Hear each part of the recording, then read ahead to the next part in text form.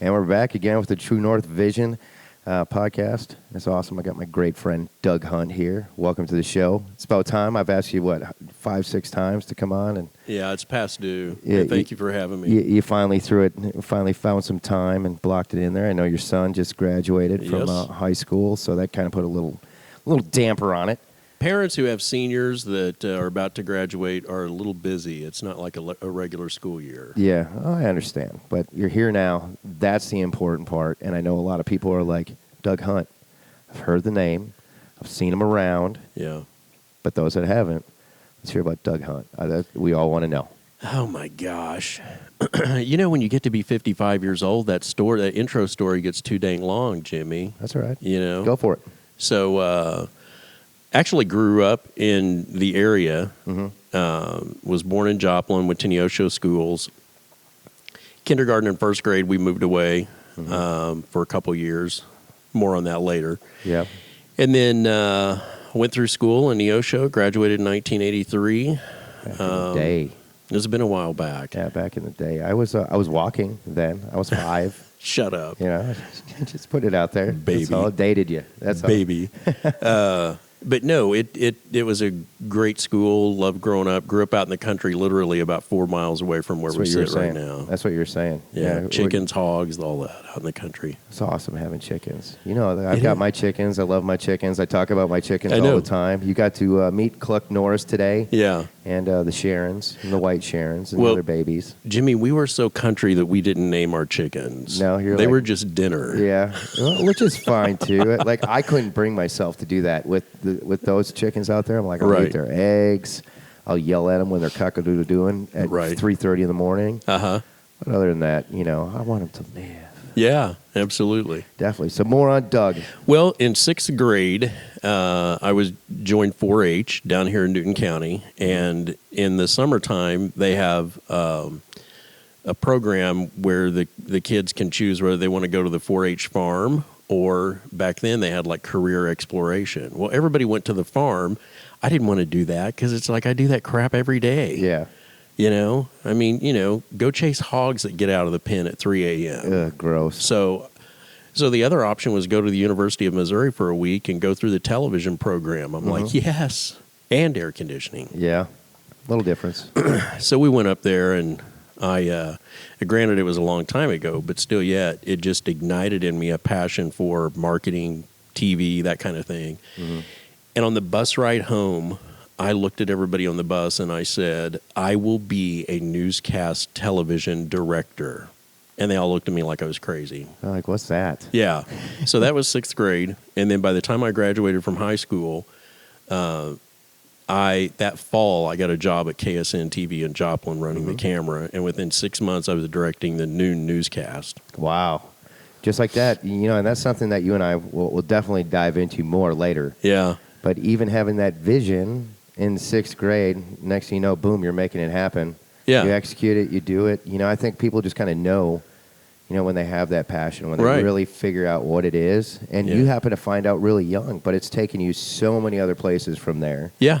And, and here we sit right now at the True North Vision podcast, I as know. ironic as that is, because we'll continue with that story too, with how we Yeah. met and everything. But so after TV stuff, After that, then when I got into high school, the leadership kind of bug hit me because, I've always, because we had moved away in first grade and kindergarten, I know what it's like to be the new kid in the middle of the school. yeah, And it's hard to break that bubble. So when we moved back, anytime there was a new kid that come into school, I would go out of my way to take him under my wing. And I always carried myself to be approachable by everybody. And so I'll never forget, it was my junior year in high school, and somebody said, why don't you run for student body president? And I said, will you give me some good reasons why? And the main thing they said was, you listen. And I said, yeah, and I'll be committed to that. Okay. So I ran and won in a landslide, nice. which was surprising. Very Donald Trump of you. That'd be the only thing. So when the first week of school started, my senior year, I'll never forget that a freshman come up to me that looked like he was of limited economic means. And he approached me and he said, "Hey, could I have a minute of your time?" It was in between bells. And he said, "I don't get to eat a lot at home. Is there any way you could check on seeing if breakfast would be available at school?" Wow. Well, you know me. Yeah, oh, yeah. Oh, yeah. And I took that very seriously. And that was the first moment that the Neosho School District started moving toward providing breakfast for kids. That's awesome. Yeah. I mean, what an amazing story. You know, and it's, I'd never heard that. I mean, you'd never spoke of that. But I remember, you know, when I was growing up, you know, my mom did absolutely everything she could to provide for us. But Yeah. I think I know what that kid was feeling. And Yeah. the fact that he approached you, and, you know, we've all experienced, you know, how high school can be. Yeah. You know, but that's a good reflection of who you are, that this kid felt, you know, enough to come and talk to you about, hey, what can we do Right. for breakfast stuff? So, And for me, that was probably one of my first lessons of what leadership and representation should be, but also the importance of empathy, because the more an ego somebody has, the less approachable they are. yep, that's also a fact. So, but I remember it was probably right before Christmas that that young man came up to me again and just expressed his gratitude for what I'd done. And that meant a lot too. And that was some of the rewarding things. It wasn't like, I mean, there were some big things that everybody else got to see too. Like when I got to introduce in front of the student body, Charlie Plum. Oh. You know Charlie Yeah, Plum. yeah. He came and spoke before our school, and it was an incredible speech. But the fact that I got to introduce him meant a lot to that. So a lot of my classmates may remember that, oh, that was a highlight of Doug being student body president. Yeah. And for me, it was no. It was in the hallway, just me and that kid, and him saying, "Thank you for putting breakfast Yeah, on see, the menu that's at awesome. school." And, you know, that really kind of defines Doug Hunt. You know, I've known you now for a couple of years. Yeah. And it's crazy, you know, I kind of had an idea of what I wanted to be doing with my life. I Yeah. had that idea. And you reached out to me. Let's talk about how you just happened to reach out to me. We'll tell the story of Jimmy and Doug. Okay. Of how it worked. Let me tail into that to get us to that point Perfect. real quick. I love that idea. But when I got out of high school, I went to Missouri Southern to study communication. Was working at KSN at the time, and I worked in television for 11 years. So I directed news, I produced commercials, I probably produced 1,500 TV ads in my life, and have voiced over as many back in the day. And then in 1994, I left and went to work for a transportation company doing media and marketing, and I did that for 4 years. And then I either got real smart or stupid and decided to be an entrepreneur and start my own business. So in 1997, I incorporated my marketing PR firm, Sunrise Media Group, and had a good long 13-year run until after the tornado. But that's when we got to like really have fun with marketing, PR, podcast. We were the first company that brought high definition video. We were the first company that brought a podcast to the area with Crowder College. And so when the tornado hit, it just made sense for me to shut that business down, and I started my Doug Hunt consulting business. And one of my main clients kept me on, and I've been with them ever since. And then 2 years, they're like, "Look, come on board as a W-2." So I've been vice president of marketing and business development for Farrell Construction True Style Homes since It's then. weird how it all works out like that, isn't it? Yeah, it is. You know, because we've had those conversations, you know, those rocky roads after the tornado, and wondering what was going to happen and what you were going to do. And like Well, you said, that was a life-changing moment for me, much like anybody that has gone through the military and experienced things that you don't share with anybody but your buddies. It's kind of like that if you go through the tornado. I wasn't in a building when the wind was blowing at 300 miles an hour, but I was in the midst of the aftermath all throughout the night, as you were. So the story is, you and I were not connected on Facebook at all. No. And somebody had made a post that we have a mutual friend. I couldn't even tell you who that is now, but you had made a post about being grateful, and I looked at your profile, and it showed that you had done tours in Iraq, and that you worked as a firefighter, and some of the things that you'd done the night of the Joplin tornado, and that really touched me because you were leading with gratitude. And at first I thought, okay, is this guy going to think it's creepy if some other guy just sends him a private message that he's not friends with? You know, we talked about that in my last podcast, that we don't exactly like the D-pics. Yeah. So you avoided that. I'm thankful. Well, you're welcome. That would have been creepy. You made it a little bit better, a little bit more approachable. I did. But if I recall, that message I sent to you was just like, hey, I want to thank you for your service and your words and who you are as a father, and just to say thank you for what you did the night of the tornado. And I remember that. I remember receiving the message. I did not expect to get a reply. I just thought, you know what, if this guy just receives that, then that's okay, and be done with it. But you didn't, so... Yeah, so I get this message, and there's always been that, like, something inside of me that I was like, you know, I've watched all the movies and all that stuff of the hype guy, you know, where they can just motivate people, where you just see something and you're like, that's awesome. You know, like, I want to be a part of that. Like, I want to hear this story, you know, where you can kind of wake people up and get them alive, you know. And so when you message that, I just happened to see on your page that you were a speaker, that you did speaking stuff, and I said, dude, I want to do that so bad. Thank you for talking about my service and being a firefighter, but I want to speak. I want to do stuff like that. How can I get into that? And you're like, well, funny enough. And then it was, hey, so I'm going to be going up to Nebraska for this, for the 1-year anniversary of the Pilger tornado. Right. Why don't you come with me? And I'm like, are you serious? Like, I was like blown away by the fact that you were like, yeah, I want you to come with me. Yeah. So I was like, okay. So it was me, you, Tiffany, Dustin Wendell, and Rachel. Yes. And we all went up there, and, you know, I remember being so nervous. You were. You know, we drove, I mean, it was a 6-hour drive? Yeah. Maybe even a little bit more than that. And you're like, okay, so what do you got, Jimmy? And I'm like, well, I've got this and this and this. And you're like, that's pretty good. Now, maybe you might want to say this or kind of put it this way and talk like that. I'm like, oh, my gosh, I am just going to flop on this. And I backed off of that when I saw your hand shaking. and you know, because it was that nervous, you know, it was kind of quick from bang to bullets of, hey, well, good, come with me, and you're going to get your chance to speak. It wasn't like, this isn't something we just get to practice and talk about. Right. You know, you put me to it right away. You're like, okay, if this is what you want to do, I'm providing you this platform. I'll introduce you and go.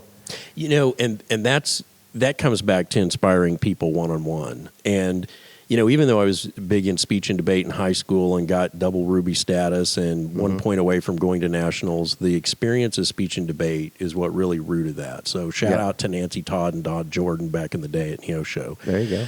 But, you know, I had been, I wouldn't say a keynote speaker, but I had been invited to speak at business conferences and so forth in kind of a smaller group. And then the group I was with, and when the tornado hit, that we started in 2009 in Joplin, BNI, Business Network International, we, after about a month or a year after the tornado, Scott and Teresa Simon, the executive directors for the Midwest BNI, Teresa called me and she said, hey, we want you to be the keynote speaker at the BNI conference. And it probably like how you reacted when I said, come with me to Pilger. And I said, I'm humbled. That's an honor. What do you want me to speak about? And she said, you speak on whatever you want to, which was worse because now I couldn't go somewhere and do research. It's like, I've got to come up with something organic. And that's what made me just think about, you know, gratitude is so universal. And I kid you not, I had a brief outline of 2 or 3 things to speak at that conference in 2012. And when I got started, I just spoke from the heart. And I didn't expect that there would be 1,500 people in the audience. Nice. Yeah, like the back row was blurry. It was like, okay, this is my largest audience to date. But it just flowed. And I spoke for about 45 minutes to an hour. And when it was over, there really wasn't a dry eye in the house. I was completely blown away by a standing ovation. Yeah.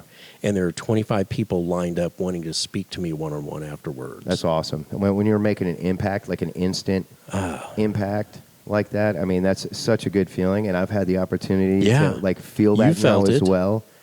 And it's just how far that it's all come. It's really like Yeah. it's kind of trippy to me. Like, when he came in here, I'm like, Doug Hunt, you are here, my man. We get to sit down and talk about all this Yeah. stuff because, like we were talking about, people know Jimmy now other than, close friends and all that stuff. But I remember really wanting to learn how to speak well. Yeah. And what I've found down the path now that I've been going down is when you speak on something you're so passionate about that you won't be stopped, Right. people will listen. Yes, they will. Because people are thirsty to grow, to hear other people's, the adversities they've faced, Right. the challenges they've faced, and how they kind of rose above that and how they made a difference and how they did it. And to be able to share that story now, too, Yeah. and be able to get up in front of people, with the leadership side, I love it. When you said you stood up, or everyone stood for you and gave you that standing ovation, and you're like, I'm just going to speak with passion, and this is what's going to happen. You could have been talking about how to make a toaster, and if you're doing it with passion, like, people are like, wow, you make it exciting for them. You let them in. Yeah. And seeing that from you, and I've got to see that on numerous occasions now when you get up and speak, how you just let people in. Yeah. And that's huge. That makes absolutely all the difference in the world to be able to do that. Yeah, and later on I'll share another story about how you say let people in. But from our first encounter when I reached out to you, it was a few months later, because the reason Pilger came about is June 14th of 2013 is when they had their EF4 that just wiped out. Destroy the whole city. Yeah, Gone. because it was a little town about the Yep. size of Seneca, maybe a little smaller. Yep. And when that happened on a Monday night and it finally hit national news, it just came over me that I had to be up there. And I loaded my car up and drove up there all by myself that Saturday. And I had written on the back of my glass, Joplin loves Pilger. So when I'm driving through Omaha, people are honking and waving at me and all that. And when I got to Pilger that Saturday, I mean, it was still fresh, just, a few days after. And when I got there, I went to the check-in to volunteer. I had my boots and my gloves and everything. And she said, your name and where you're from. And I told her, and when I said Joplin, she looked up at me and her eyes got real big. And she goes, you're here from Joplin? And I said, yes, ma'am. She said, hold on a minute. So she called the mayor, and they took me personally into the zone and got me to the command post. And the mayor and the county commissioner put me on the mule, not the mule, and we went driving around, and it was just, as the families were at the debris of their former house, I would ask them to stop, and I would just go up there and just hug on each one of them. And when they found out I was from Joplin, they would just burst into tears and hug me because they knew I knew what they were feeling inside. Yeah, that's a huge difference, definitely. So I had this calling to go up there and to clean debris and, get a few cuts and bruises and do whatever and work. But what I found myself once I got up there, my mission was something completely different. Yeah. It was nurturing and inspiration and all of that. And, that's just as important as the labor stuff. And we're definitely going to talk about all of that and what kind of led you there and how we got to Pilger together. Yeah. But first, we're going to get to hear from Tommy Hawks. Do you know Tommy Hawks? Axe throwing down in Springfield. Oh, yes. It's amazing. Yes. Down there right now, Tommy, the owner, him and his wife, Casey, they've got Tommy Hawks. Yeah. And he's getting ready. He'll be back this month from being overseas and doing some contracting work. So good. Excited to have him out here. He'll be out here too. But we'll be right back after we hear from Tommy Hawks. Excellent. Tommy Hawks Axe House, the biggest axe throwing venue in the Midwest, right here in Springfield. Indoor axe throwing, shuffleboard, cornhole, and more. We are a BYOB establishment. Make your reservation online at www.tommyhawks.net. Hi, everybody, and we're back with my good friend Doug Hunt out here hanging out with us. We just got to hear from Tommy Hawks. Yep. Fantastic. Those guys are so great. One of our best sponsors. We work with them all the time. Another veteran organization. So for out there in the listening world, be sure and subscribe and like and follow us and share and do everything that needs to get done to keep blowing this up where it needs to be. Because now we're on Spotify and Overcast, going to be coming to iTunes soon. So the more and more we can get this out there, because I think people are hungry for leadership. People are hungry for opportunities to become a better version of themselves. And inspiration. And, and that's why I wanted to have you on here, because you've been nothing short of someone that I look at, that I try to model, as far as the empathy side of the house, the communication side of the house. We've never been short of conversation. Never. And when we have that conversation, I could tell you're vested in that conversation. Mm-hmm. And that's probably one of the most important things that I talk about leadership-wise, is that being invested in the conversation, be invested in who it is that you're having a conversation with. Get to know them, hear their story, find out what they have going on. And I feel like you did that. You set that pace for me to want to do that for others too, because there was that time where I'm like, Doug, what do I got to do? And you're like, do this. And I'm like, okay. And then I did it, and now here we sit, 5 years later. We were just talking about it, that we went to Pilger together. That was back in 2014. Yeah. To go out there and speak together, and it was just eye-opening for me, because it was like, standing up in front of all those people and telling my story, and in front of a group of people that had just, a year earlier had felt this overwhelming devastation of what a tornado can actually do. Right. And to have that common ground and talk about, like, hey, like you said, where they received you so well because you were there. You were from Joplin, so they're like someone that understands us and what we're really going through. They're not just here going through the motions like, we feel your pain. Right. It was like, no, literally, I feel your pain right now. I know what this is like. And that entire play out of events is a great illustration of how important listening is. In conversation, most people think about what they're going to say next instead of genuinely listening to what's being said. So after you and I made that first contact, it was a few months later, or at some point in time, I asked you about your own personal goals and what you wanted to do. Yep. I said, what do you want to do in 5 years? I was unsure. I was firefighting at the time. Yeah. And we had that conversation. I'm like, well, I kind of want to do this, but I definitely see myself doing this. How would I do that? And I had no idea how you would answer that. You could have said you wanted to, be a fire chief. You could have said anything. Mm-hmm. And when you said you wanted to inspire and lead people and be a public speaker, I just thought, that's cool. So I filed that away. And then after the Pilger tornado, about 6 months later, that community reached out to me and asked me to be the keynote speaker at their 1-year anniversary celebration. Yep. And when they asked me to do that, of course I said yes and was humbled by it. But in that same moment, I thought, that's it. I'm going to call Jimmy and see if he wants to share the stage with me, because this is his opportunity to cut his teeth on it. Yeah, and I tried. You get up there first. You're up there in your jeans and your shirt and just like real relaxed and walking back and forth and, just getting into it. It's what you did, for me. And I was in my fireman's dress uniform. You were a sharp-dressed man. And it was so hot that day, and I could just feel the sweat hitting every single crack on my body, standing out there in that heat. And then I remember you called me up there. I'm like, okay, it's time now. And I get up there and I started talking, and you could tell when somebody's kind of nervous when they're talking. And right. Now it's amazing how when you do it enough times and when you start to feel comfortable and you talk about what it is, like you're passionate about it and you talk about it. Like this past Friday night, I was at Mandays wearing the shirt today for Caleb Scott. So Caleb, if you're watching, I got sporting your shirt. I got a bunch of tumblers from us. But I had an opportunity to go there. He said, Jimmy, I would love for you to speak at this event. And I said, I'd be honored, just like whenever anybody asks that. So I went to Springfield, and it's a group, Mandays, if you don't know what that is, you can find it on Facebook.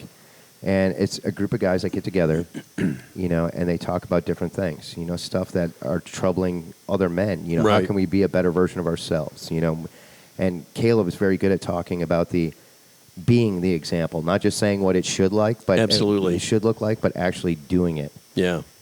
And so he was on the podcast last week, and we just had this conversation talking about, how we want to help change the dynamic of what is toxic masculinity. Right. And really try and make an impact. So when he asked me to come down and talk, I'm like, no doubt in my mind, I will be there. And I went there, and after I got done speaking, I knew that it's just so fluent now to be able to speak. Yeah. But like you said, after it was over, I had a group of like 5 guys, 5, 6, 7 guys just come up and like, thank you. Thank you for Yes. saying this and making me feel this way. I had one guy ask me, he's like, I just want to ask you a question. I said, go ahead, man, anything you want. And he says, if there's one thing for leadership, what you feel makes a good leader, what is it? And to get asked that question as, coming of age, as, what I feel is it's such a huge spectrum of what a good leader is. Yeah. Right. But the biggest thing I told him, I said, one is to maintain the trust of those that you lead. Mm-hmm. If you're going to do it, if you say you're going to do it, you better do it. And there's going to be times where you're not going to be perfect. We're human. I always talk about that. I said, but you want to be able to maintain that. I said, second, lead with guts. Don't be afraid to have that tough conversation. Don't be afraid to say, hey, this is what's right. I'm going to do it. Right. And it just, and it was just so awesome to have these guys come up and talk, just like you said, that feeling of what it's like to actually sit down and talk to people and reach them on a different level. And even one-on-one. Yeah. I mean, we can talk about the energy of speaking in front of a large audience, whether it's 100 or 2,000 or 200,000. But when you have that opportunity to inspire one-on-one, that's powerful too. I agree. I mean, it's almost more powerful. I agree. So just like when you were on stage for the first time in Pilger, and you got through that, I went off stage and was watching you, and what I saw was your vision that you shared with me timidly a year before absolutely come alive. I know, and I felt it. I thought, there's no stopping this guy now. Not no mo. And that made me feel great because it's like, not that I take credit for anything, but Well, it's you like, should. but when you have a give you a lot of conversation, that credit as well. well, thank you. But when you have a conversation with somebody and they share with you a passion, if there's something you can do to show them a pathway to get to that a passion or to start down that journey, why wouldn't you want to do that? I mean, that's inspiration. Yeah. Case in point, I know you know Brad Ganaway. Yeah, Brad, awesome Pro Outfitters. Pro Outfitters. 2002 or 2001, he and I were neighbors across the street. And he was driving a truck for Pepsi.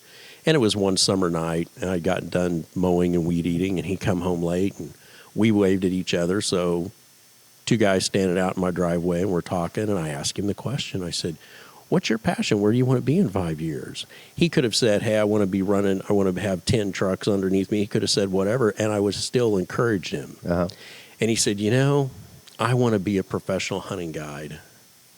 I want to be a professional. He said, I want to be a professional hunting guide and assist people with hunts. And lo and behold, in my marketing company, like 4 or 5 months later, a lady called me. They had a farmhouse, and she said, hey, we want to open up this farmhouse as like a hunting lodge, but my husband and I don't know anything about it. Yeah. So I called Brad. That's awesome. I took him up there, and he worked with him for like 6 months or whatever, and then that ignited him on his journey to where he is today. Look at you, Mr. Lighthouse. Can you, I mean, it's, when I got here and we're walking through out there and I say, you have no idea how proud I am of you, you really don't. And I feel that same way with like Brad and just some other people that I've been able to like allow them to see with faith inside themselves what they can do. Yeah.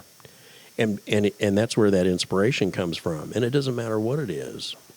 And that's awesome that, they had Brad, going back to Brad, he's such an awesome guy. Yeah. So this year, again, for the Veteran Appreciation Night with the Joplin Outlaws, that's coming up on June 15th.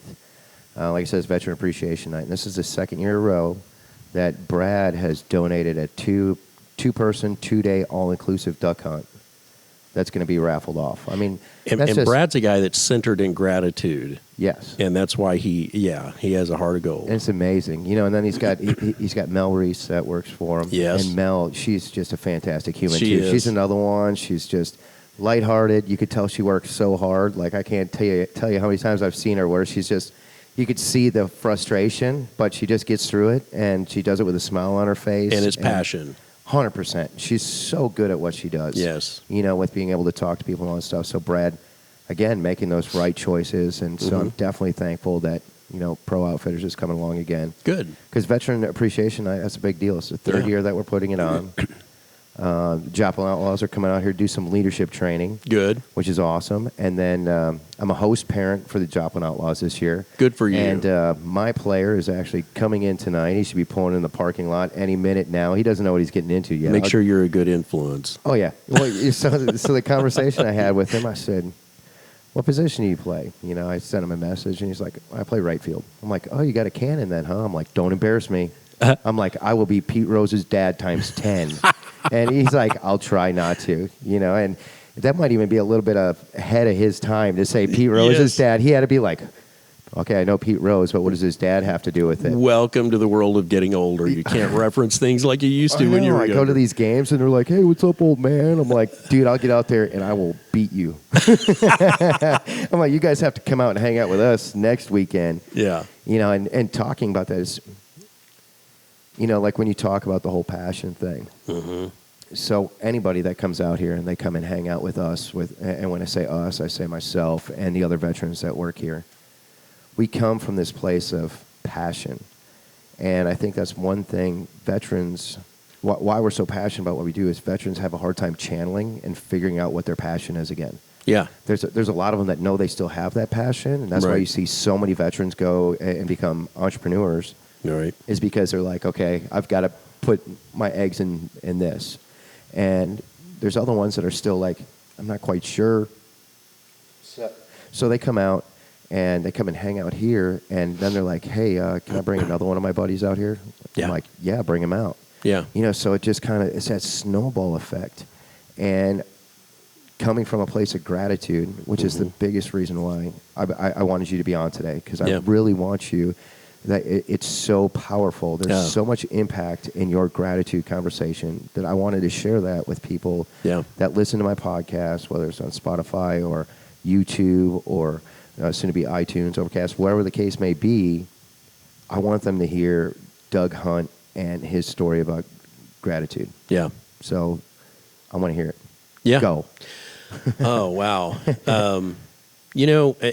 And I won't dwell on too much of this dark side of my life, but, I had a pretty challenging childhood. And my mother had problems with substance abuse, and my sister and I literally at times had to fight for our lives.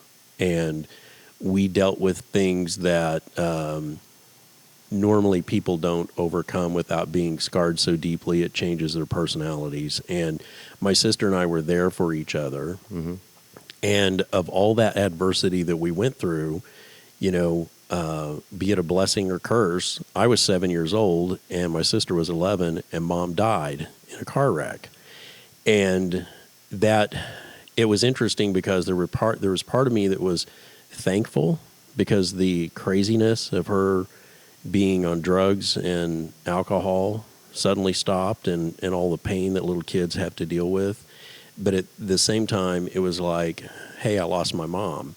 So there was a whole host of things I had to work through for about 12 years, and my sister too.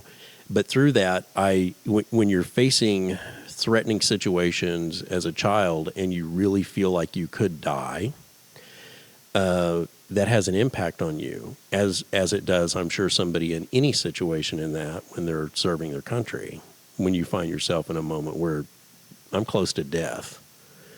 And it has an impact. And so after that, as we recovered from each one of those steps, I was grateful. I didn't know what gratitude was per se, or the power of gratitude, but I knew that I could just feel it.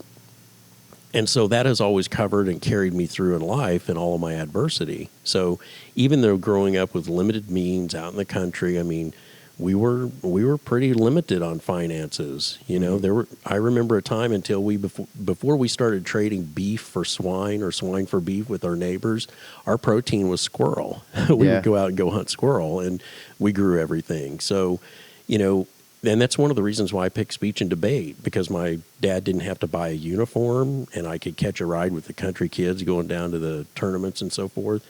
But all of that comes into play. And instead of me seeing myself as a victim, it's like, okay, here's what I've got. What can I do with that? And if we can inspire people in life to look at their situation that way and let them see and believe that they can build something from whatever they have and to have something they can be grateful for. That's a mission. That's a noble cause. And so that's how I've tried to live my life from that point forward. And then back to the story about sixth grade and seeing myself as a technical director. Boom, I did that at 19 years old. Mm-hmm. Worked in television for 11 years. Then in 1990, I was directing the newscast at KODE TV, and a family, the city was doing a sewer backup or sewer flush or whatever, and the sewer backed up in the house of this family in Joplin, and it flooded it. Well, it's so toxic it destroyed the house. Visually, it didn't look like it, but they had to go in there and take it down. And they interviewed, and I won't say who it was, that would be indiscreet, but they interviewed an official with the city, and the quote was basically like, well, they should have had homeowners insurance. So it was very cold. Yeah. And that upset me. Yeah.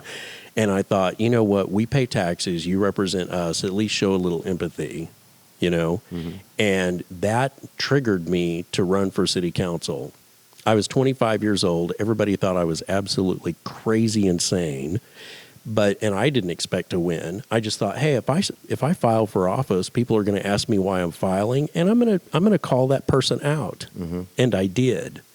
Well, long story short, what I did not expect is out of a field of 13 candidates, I came in first place in a landslide.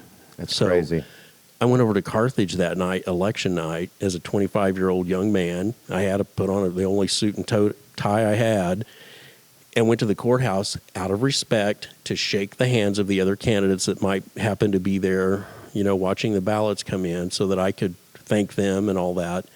And all of a sudden, within 25% of the precincts reporting, everybody was like, you're winning. And I mean, all the media was on me, and I was like, holy crap, I have to do this for 4 years. Yeah. So I did that too. I was on Joplin City Council from 90 to 94. That's awesome. And like I said, the gratitude part, you know, coming from, you know, again, yeah, and I know it's kind of a touchy subject, but you speak about it often because there's so many learning points from that. And there, you know, I worked over at the Turnaround Ranch for quite a few years. Great organization. So, yeah, it was fantastic. I'll bet you it's some of the best moments I've ever had. Yeah. I was working there because, you know, that gratitude and the whole empathy side. And for me, working with these kids that faced sexual abuse and mental abuse and physical abuse, they never knew what a good adult was. Right. An adult that they could trust, an adult that they could listen to and get respect from. You know, a lot of those kids were just so hungry for, you know, just to someone to listen to them. And so to hear that, like, I can really empathize from what it must have been like for you, because I felt that with these kids when I would sit down and have that conversation with the 7, 8, 9, 10, 11-year-olds. And it was just so powerful to me that when you speak of the gratitude, knowing that you rose above that, you know, it just all that much more makes me want to be around it that much more and talk about it that much more, because, you know, they need a voice. You know, the silver lining to the darkness of my childhood is the fact that it taught me how to be the dad that I am today, because I basically do the opposite. Definitely. So we'll be right back. We're going to hear from 2 Bravo Laser Design. Get to see some sweet laser work that we got going on over there. So be right back. All right.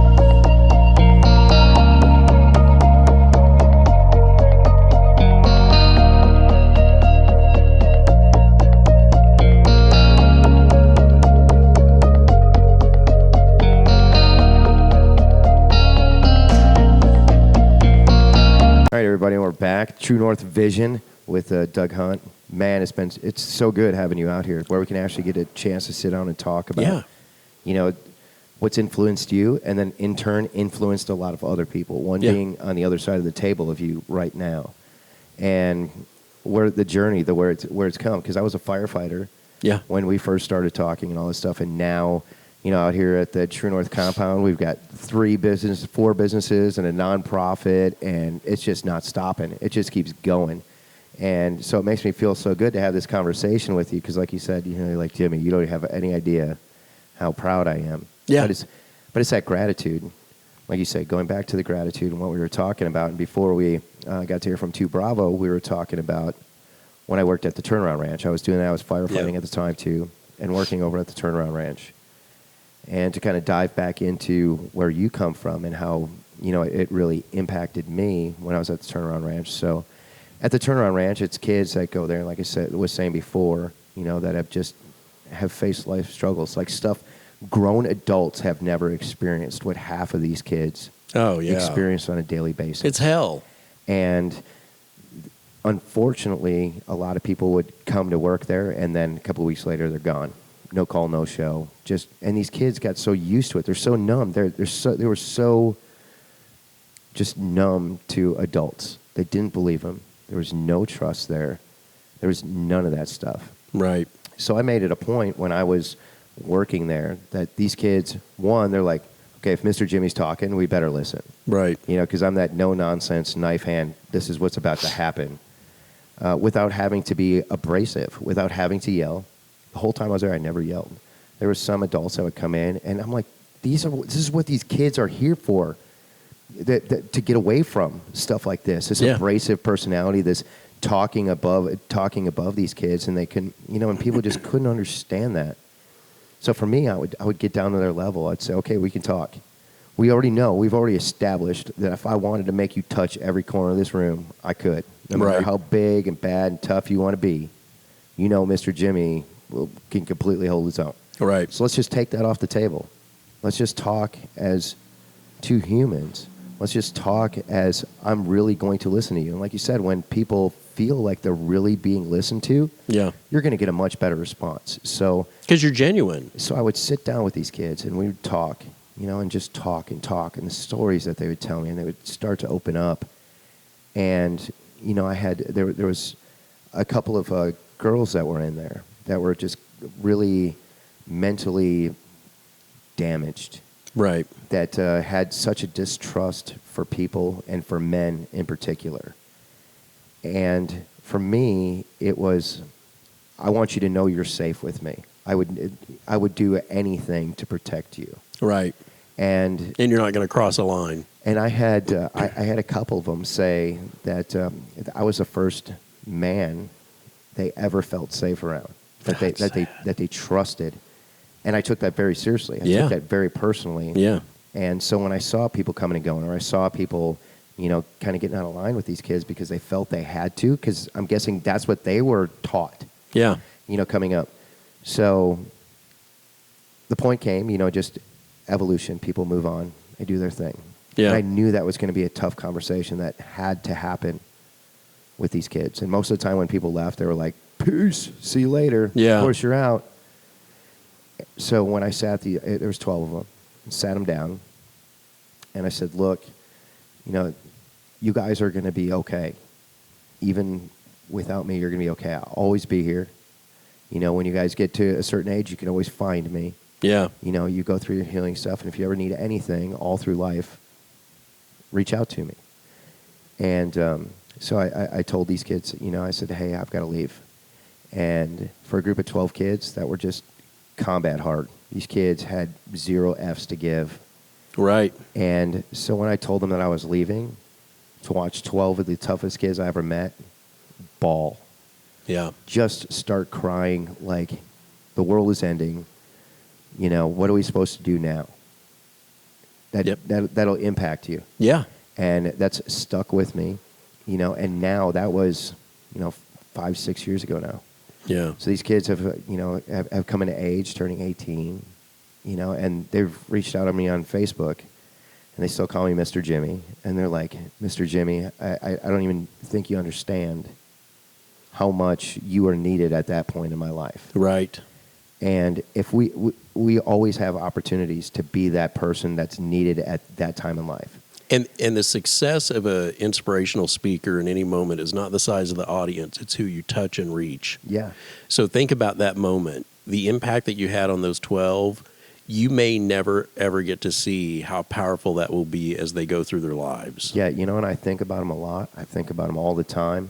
Like I said, a couple of them are friends with me on Facebook. Yeah. And to hear their successes now, you know, coming through, graduating from high school, getting married, Yes. stuff like that. It's like, it's amazing to me. It is possible, you know, so it is possible. And what you were experiencing was their gratitude.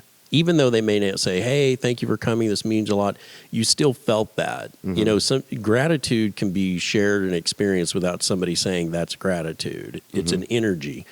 And much like you had that moment when I was speaking in front of a mental health organization, and this is to my point about it doesn't matter how big your audience is, whether it's thousands or 50. In this particular audience, there's like 75 people.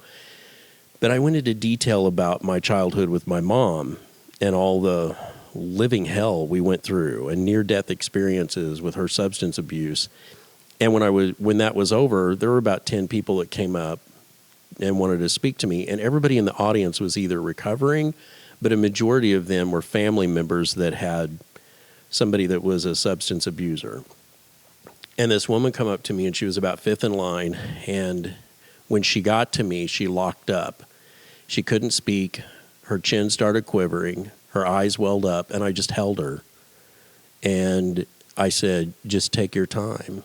And here we are, two strangers holding on to each other, and she's having a moment. And when she could finally speak, she backed up and she looked at me, and she said, my 6-year-old grandson is living right now through your childhood that you described. And she said, tonight in this moment was the first time I've ever had hope for him, and I want to thank you for that. Wow. That's huge. That's unbelievable. Can you imagine what I was feeling? I still feel it talking about that. Yeah. And one more story I want to share, just to interject right now. You know, I mentioned I was 7 when Mom died. Mm-hmm. It was about 2 years ago, a friend of mine was on Facebook, and she mentioned that her daughter had died, and she had a son that was 7 years old. Well, that touched me because I know what that 7-year-old's going through losing his mama. Mm-hmm. And it was another one of those things where I'm like, okay, I'm going to reach out to this person. We're not connected on Facebook. I hope they don't think I'm a stalker or whatever. Yeah. So You're pretty good at that. I got a hold of Zenith, which is Howie's mom, Mama Z, and she reached out to Kim and said, this is who Doug is. He lost his mom at 7. And she said, yes, I want to talk to him. So within 10 minutes, I got Kim on the phone. Wow. And here we are, total strangers, and I'm talking with her, and I said, you know, that really touches me. Because at the time, it was like a month removed from when he lost his mom. Mm-hmm. And I said, I need to visit him. I need to come visit him or meet him quickly. And she said, this was like, I don't know, October. And she said, or December. It was December. And she goes, well, we're going to be back in Joplin or March. And I said, oh, no. This can't wait. And I didn't even know where she lived at the time. Mm-hmm. But it was in Oklahoma City. And I said, what are you doing this weekend? And it was just one of those things in me. Yeah, like the Pilger. Yep. And I hopped in the car and went down there and spent a day and an evening. And, you know, we just have to see what we have where we can help other people along the way. And the minute I met him, Peyton, when a little kid loses their mom or dad, nobody wants to talk to them because they don't know what to say and it's awkward. Yeah. And I immediately just started talking with him about his mom and making eye contact with him. And when we went in his room and he started looking at everything and showing me stuff, we're sitting on the bed and I said, so what do you have of your mama's that smells like her that you keep with you? And he looked at me like, how the hell did you know that? Yeah. And it was in that moment he thought, this guy's been there. Mm-hmm. Granted, I was 40 years ahead of him on that journey, but here's somebody that is like become close friends of mine just because it was something that was on my heart. And I'm watching that little boy grow up now because I know what he's dealing with, and it will come in waves as he grows and deals with different things in, you know, teenage years and so forth.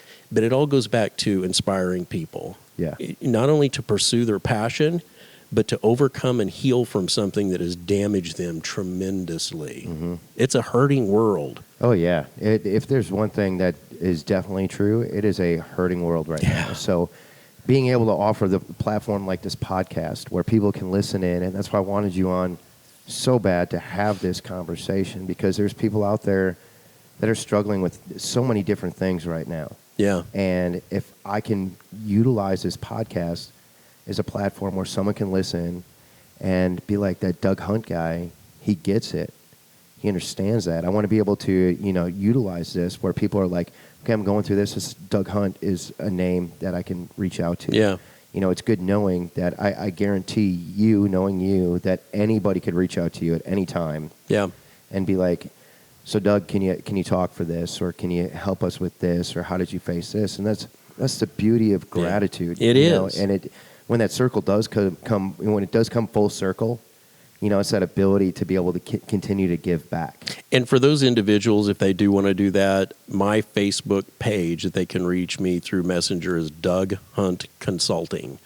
And that's happened before in the past. But, let's talk about gratitude for a minute as a weapon. Let's do it. As a weapon. Here's the interesting thing. Like when I do my workshops and seminars on gratitude, I take the audience through an exercise. And I've never shared this with anybody, but I'm going to try and share it in detail so that, you can experience it. But what I'll do is when I'm giving my speech about 20 minutes into it, I'll say, hey, let's take a break. Everybody stand up. If you got a room with 150 people stand up, there's like bones popping and cracking. And then, people will start laughing about that. And I'm like, oh, yeah, there's some shotguns going off. You got a bad knee over there. And we all laugh and have a lighthearted moment. And then everybody sits down. And then I go into telling a story about a young man that was working in the tree service, and at 21 years old fell and broke his neck and became paralyzed from the neck down. That he would never be able to make love to his wife again. He would never be able to pick up and hold his children, and he would never walk, and he would never be able to stand exactly like all of you just did. Now, all of us stand back up. The room stands up. It's deathly quiet, and everybody's real still. And I say, the reason this room is so quiet right now is because you are acutely aware of the fact that you can stand up, and you're grateful for your legs. And when we can all begin to live in a moment where we can be self-aware and be grateful that we can breathe without coughing, see without it being blurry, to hear the nuances of the things around us, and to just be thankful for existence and the things that we are thankful for, that's powerful. And then I have them all sit down, and we make that a lighthearted moment. I tell them it's not church. And then the other thing, I have them get a pencil and paper out. And I say, okay, this is going to be your gratitude list. I want you to write down, as many as you can, the things that you're deeply grateful for. 1 through whatever. And I said, be specific. If it's family, put my kids. If it's whatever. But I said, you write that down. And then I say, the caveat to that is that you have 60 seconds. And at the end of the 60 seconds, what you don't get on your list will disappear out of your life forever in the next 24 hours. Ready, go. And everybody's reaction is like, ah. Yeah. And I dropped my pen. Give me I your know. pen. So then I let that 60 seconds go, and then I'll say stop. And every time I do that, there will be somebody in the audience that'll go, and I'm like, hey, look, that's really not going to happen. I don't have that kind of power. It's just an exercise. I know you're working on it. It's just an exercise for them to realize how important that is. And here's the other thing, too. There are so many universities and colleges that have done research on the fact that it is a biological fact that the human brain cannot be in a state of fear or angst at the same time that you're in a state of gratitude. It's physically impossible. It's like oil and water. And there have been research and studies and focus groups done where people that have that regimen of being grateful, that they're in a better state of mind. And then my friend Shelley sent me an article yesterday about UCLA having a research program that said, it actually rewires the human brain so that you're happy. And if you can train Makes yourself, sense. it's like going to the gym. If you can train yourself to be grateful in every moment, it changes everything. It keeps you in a good attitude. And even though I have so many stories about that, the most recent is I'm driving to Neosho work the other morning, and there's a dump truck pretty far down in front of me. And, of course, a big boulder comes out and is bouncing along the highway, snaps my windshield, big gash. And the same reaction any of us would have. But I've trained my brain so much, so fast, I immediately said, I'm grateful it didn't come through the windshield. I'm grateful nobody's driving around me. I'm grateful that it didn't crack all the way through. I'm grateful that I didn't lose control of the vehicle. And so I immediately called Star Super Glass, and he answered the phone, and I said, hey, I just got a boulder hit me on the highway. And he said, where are you? And I was 15 minutes away. I met up with him because he was available. Mm-hmm. I got into him immediately. And he was able to fix it, and now I don't have a crack and I don't have to replace my windshield. But I'm a firm believer, Jimmy, that if I would have gone off on negativity. It's so easy to do, though. It is. I mean, realistically, it is. But if I would have gone off on negativity and been, blankety blank and all of that, they wouldn't have been able to fix my windshield in a certain amount of time. It would have gone on ahead and cracked. So, I mean, there is power in gratitude. We know it's biological and it works, and it enriches people's lives. Yeah. And for the listeners that are actually, Christ followers and Christians, the interesting thing in the New Testament is Jesus says 365 times, that's one for each day, fear not. And the best way you can fight off fear is by being grateful. And it's true. No matter what's going on in your life, you focus on what you're grateful for, and it gets you over a hump. Yeah, see, and that's why I wanted to talk to you, because people need to hear that stuff. I obviously bring a lot of the leadership training that we talk about the empathy side and about all that, and I think it all ties in with the whole gratitude thing. I had made that blog post the other day where I made the specific mention of Doug Hunt when I said, people call it gratitude. I talked to Mark Rains over at the Outlaws, and every time I call him or he calls me, he's like, how are you? I'm like, I'm awesome. He's like, you're always awesome. I'm like, yeah, I am always awesome. I try and stay in that, and it's easy to slide out of it, and you want to get back to it as fast as you can. I think when you speak it's like a gym routine. Yeah, I think, when you speak of gratitude and stuff, you can't expect, people aren't going to be perfect with it. But the more you work at it, like you said, the more you work at it and train your mind to be thankful for what you do have. Yes. It does change stuff. We get to see it every day out here, because, there's the struggles. Yeah. There's the long days of wondering how we're going to pay bills, or there's the long days of knowing I'm going to have to be out in the field brush hogging and weed eating for 12 hours. But when I'm out there, I openly admit it. I put on a little Lionel Richie on Pandora, listen to some Lionel Richie, get out there and get to it with the weed eater, and I'm thankful that I'm in a place where I can sit out there and just weed eat. No one bugs me. I just get that stuff done, and then how it feels after it's done. So. And when you're a business owner, here's how you can use gratitude for your business, not only to help you deal with the stress of it, and don't look at me like I'm crazy when I tell you this. All right. But when you are running a business and you're trying to get more clients on board and things are tight, or you've got a cash flow issue, start exercising gratitude and being thankful for a new big client that just came on board as if it has already happened. And I've been doing it, and it works. Being positive like that, I'm telling you, it does. Some people may call it the law of attraction, call it, exercising your faith or whatever, but I'm telling you, just like we can rewire our brains, if you put positive energy out there, because gratitude has power, and if you are exercising gratitude for something that doesn't exist, hold on. Definitely. Speaking of gratitude, I am so grateful that you got to come and hang out for the podcast. I'm excited for people to get to listen to your conversation and where you came from and where it's led you now and where it's helped lead everyone else. So I wanted to thank you for being out. You're welcome. It's amazing to have you out here and us doing this face-to-face. It's fun. So awesome. And for everyone listening, check out Doug Hunt Consulting. Be sure and like and subscribe our stuff everywhere it is. And just like that, Jimmy out.